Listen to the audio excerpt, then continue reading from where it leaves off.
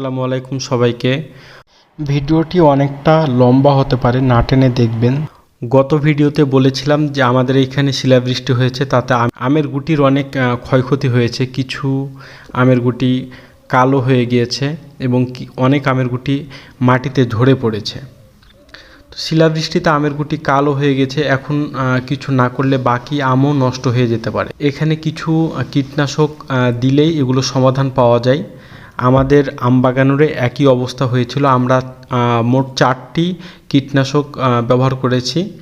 চলুন জেনে আসা যাক এই কীটনাশকগুলোর কাজ কি কি। প্রথমটি হচ্ছে থিওভিট। এতে 80% সালফার গন্ধক থাকে, যা সাদা গুঁড়ো রোগ, পাতা ঝলসানো এবং মাকড় দমনে অত্যন্ত কার্যকরী। এছাড়া এটি গাছের পুষ্টি সরবরাহ, ক্লোরোফিল বৃদ্ধি করে, ফলন বাড়াতে সহায়তা করে।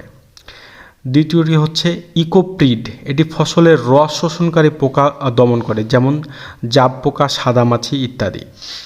তৃতীয়টি হচ্ছে ডিনাজল। এটি প্রতিশোধক ছত্রাকনাশক, যা ছত্রাকের কোষের ঝিল্লি তৈরিতে বাধা দেয়, তাদের মৃত্যু ঘটায়। এটি প্রধানত ফলের দাগ রোগ দমনে ব্যবহৃত হয়। যে আমের গুটিগুলোতে দাগ দেখতে পাচ্ছেন সেগুলো সরিয়ে তুলতে সাহায্য করে এই কীটনাশকটি।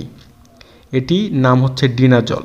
এটি মূলত যে আমের দাগগুলো কালো হয়ে গেছে, মাছি পোকা হাঁটার কারণে অনেক সময় আমের গুটি কালো হয়ে যায়, এটি দূর করতে সাহায্য করে। শেষেরটি হচ্ছে ভার্টেক্স। এটি স্পর্শক ও পাকস্থলী গুণ সম্পন্ন, যা মাকড়, পাতা সুড়ঙ্গকারী পোকা, থ্রিপস, শোষক পোকা দমনে অত্যন্ত কার্যকরী।